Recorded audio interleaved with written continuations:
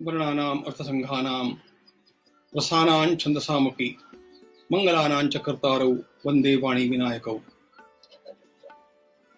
गत 2 दिनों से हम एक विशेष विषय का विचार कर रहे हैं। हम लोगों को चाहिए कि हमारे जीवन को समृद्ध बनाने के लिए हम उत्तमोत्तम पुस्तकों का संग्रह भी करें, उनका स्वाध्याय भी करते रहें। हमने ये भी देखा कि हमारे समय का हम लोग ध्यान रखें और समय का अधिक से अधिक सदुपयोग करने का प्रयास करें। एक भी क्षण हमारा व्यर्थ न जाए। यह तो ठीक है, किंतु हमने ग्रंथों का संग्रह भी किया और समय का सदुपयोग भी करना चाहा, तब भी यदि उसका सबसे उत्तम उपयोग करना है तो हम लोगों को एक बात की आवश्यकता रहेगी और वह साधन है एकाग्रता। एक नियत समय में एक सामान्य छात्र पढ़ता है और थोड़े पन्ने पलट करके रुक जाता है। उतने ही समय में जिसने चित्त की एकाग्रता का अभ्यास किया है वह कई गुना अधिक पढ़ लेता भी है और उतना वह अपने ध्यान में भी रख लेता है। मुझे स्वामी विवेकानंद का एक प्रसंग याद आता है। विलियम जेम्स से वे मिलने के लिए गए और बाहर बैठे थे प्रतीक्षा करते हुए। एक पुस्तक वहां पर पड़ी थी, उसको लेकर के उन्होंने पढ़ना आरंभ किया। जब विलियम जेम्स मिलने के लिए आए तब उन्होंने उसी पुस्तक के उद्धरण देना आरंभ किया। तो जेम्स ने पूछा कि आपने पुस्तक कब पढ़ी?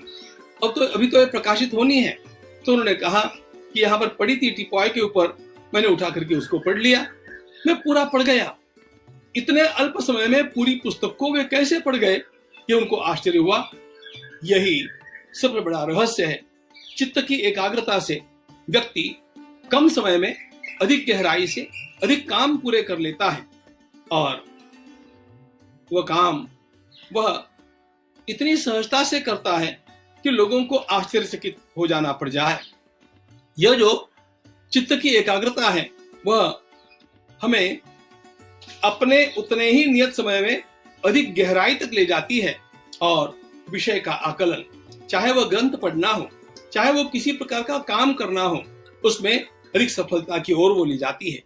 और इसीलिए इस अमूल्य साधन का वर्णन करते हुए भगवान भगवद गीता के 6 अध्याय में कहते हैं, तत्रैकाग्रम मनः कृत्वा, पहले मन को एकाग्र करना सीखो। यदि हम आध्यात्मिक साधन करना चाहते हैं तब भी मन की एकाग्रता आवश्यक है और कोई लौकिक कार्य करना चाहते हैं तब भी मन की एकाग्रता ही आवश्यक है। इस मन को एकाग्र करने का जिसने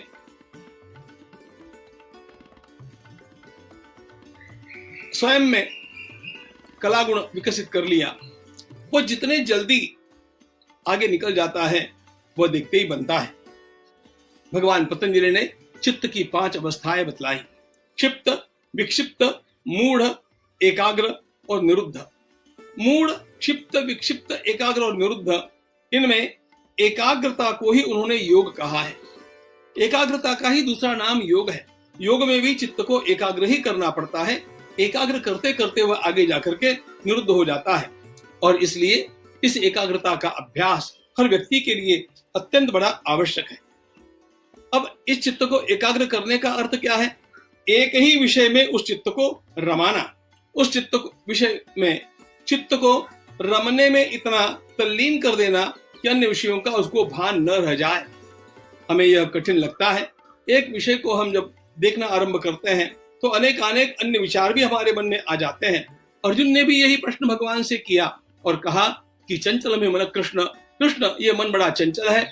विषय में किसी भी आत्मचिंतन हो चाहे किसी भी काम का अभ्यास हो, उसमें वह इतना एकाग्र होता नहीं है। भगवान ने कहा वह अवश्य होगा, लेकिन उसके लिए 2 बातों की आवश्यकता है।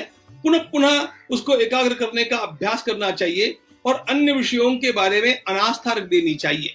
इस अनास्था को ही वैराग्य कहा गया है।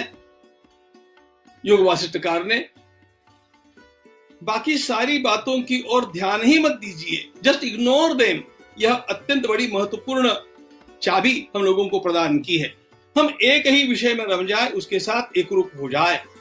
वस्तुतः हम जब अर्जुन के जीवन को देखते हैं तो कितना एकाग्र होता था, जिसके कारण वह संसार का सबसे उत्तम योद्धा बन सका। यह बचपन में ही हमें दिखता है। द्रोणाचार्य महाराज ने भास पंछी का लक्ष्य उनके सामने रख दिया और अन्य सभी कौरव पांडव उसमें पिछड़ गए और अर्जुन अकेला ही था जिसने कहा मुझे और कुछ नहीं दिखता है, उस भास पंछी का केवल कंठ दिखता है। जिसको केवल एक ही अपना लक्ष्य दिखता है उसको एकाग्र कहते हैं। स्वामी विवेकानंद अमेरिका में सागर के तट पर टहल रहे थे और दो बालक अपनी पिस्तौल से सागर के लहरों पर उछलते हुए अंडे को अपना लक्ष्य बना करके उसे फोड़ना चाहते थे। उनसे वो बन नहीं रहा था। स्वामी जी हंस दिए। उन बालकों ने जब कहा कि आप करके दिखाइए, स्वामी जी ने एक ही बार उस पिस्तौल को लेकर के उस लक्ष्य को विद्ध कर दिया।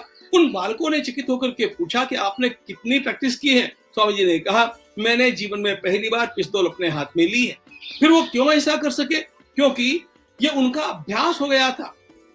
एकाग्रता का अभ्यास स्वामी जी ने कितना किया था इसका पता हम लोगों को स्वामी अभयानंद के उस वाक्य से मिलता है कि दक्षिणेश्वर में पंचवटी में रात्रि के 10 बजे जब स्वामी जी ध्यान के लिए बैठते थे, सारे वस्त्रों को उतार करके एक कौपीन धारण करके बैठते थे।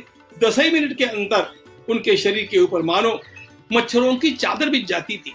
इतने मच्छरों के बैठे हुए होने पर भी स्वामी जी का ध्यान विचलित नहीं होता था। इसे कहते हैं एकाग्रता। इस प्रकार की एकाग्रता साध्य की, इसीलिए तो वे अपने जीवन में अत्यंत अधिक अध्ययन कर सके। अनेक जन्मों में कोई नहीं कर सकेगा इतना अध्ययन उनके द्वारा हुआ। यह एकाग्रता के बल पर हुआ। यह एकाग्रता हमारे भारतीय लोगों का तो स्वभाव रहा। मानो अरे भामती का इतना सुंदर भाष्य लिखने वाले वाचस्पति मिश्र स्वयं अपने ग्रंथों को लिखने में इतने तल्लीन थे कि उनको अपनी पत्नी का नाम ही याद नहीं रह गया। लेकिन वाचस्पति मिश्र ने दर्शन शास्त्र के क्षेत्र में एक महान लक्ष्य प्राप्त करके अपना नाम अमर कर लिया। यह एकाग्रता का ही बल है कि स्वयं आइजैक न्यूटन जैसा वैज्ञानिक अपने अनुसंधान के कार्य में लगा हुआ है और उसमें इतना लीन हो गया है कि उसका मित्र वहां पर आकर के बैठता भी है, टेबल पर रखे हुए पात्र में से भोजन भी कर लेता है। न्यूटन को पता ही नहीं चलता है कि मेरा मित्र यहां पर आकर के बैठा, उसने भोजन भी कर लिया। यह एकाग्रता ही समस्त महान कार्यों की सिद्धि की मुख्य कुंजी है और इसलिए मनुष्य को चाहिए कि वह इस एकाग्रता का अपने जीवन में आधान करें। संघ के पूजनीय श्री गुरु जी जब बीएचयू में पढ़ाते थे उस समय वे एक दिन पढ़ते बैठे थे, पग को एक बिच्छू ने डंक कर दिया। गुरुजी ने उठ करके उस बिच्छू को बाहर फेंक दिया, मलम लगा ली और फिर पढ़ने बैठ गए। मित्रों ने पूछा अरे माधव, तुम्हारे पग में बिच्छू ने दंश किया है, तुम पढ़ कैसे सकते हो? गुरुजी ने उत्तर दिया कि अरे बिच्छू ने पग को दंश किया है, तेरे मस्तक को नहीं किया है, पढ़ने में क्या दिक्कत है? यह एकाग्रता स्वयं अपने जीवन को उन्नत बनाने का सबसे बड़ा साधन है। इसी के बल पर मनुष्य जब अपने स्वीकृत कार्य में तल्लीन हो जाता है, तन्मयता सिद्ध कर लेता है, तब जाकर के वह कार्य अपने रहस्यों को उसके सामने खोलना आरंभ कर देता है। और इसलिए इस एकाग्रता को साध्य करना यह अत्यंत आवश्यक कार्य है। जिसने अपने मन को एकाग्र करना सीख लिया वह अपने आप अल्प समय में अत्यंत गहराई से बहुत अधिक अध्ययन कर लेगा और जिसका मन बिखरा हुआ है वह उस स्थान तक कभी नहीं पहुंच पाएगा। हम देखते हैं कि एक कॉन्वेक्स लेंस होता है, वह प्रकाश के किरणों को, सूर्य के किरणों को इस प्रकार एकाग्र कर देता है कि कागज जलने लग जाता है, क्योंकि वे किरणें एकाग्र हो गई और उन्नतोदार उस ताल के कारण, उस कॉन्वेक्स लेंस के कारण एकाग्र किरणों ने उस कागज को जलाना आरंभ कर दिया। वे किरणें ऐसा कभी नहीं कर पाती यदि वे एकाग्र नहीं होती। हमारे चित्त में भी हमारे शास्त्रकार कहते हैं अनंत शक्तियां छिपी हुई है, लेकिन ये सारी शक्तियां तब प्रकट होती है जब ये चित्त एकाग्र होता है एक लक्ष्य की ओर। यह एकाग्रता आती कहां से है, यह एकाग्रता विकसित कैसे होती है?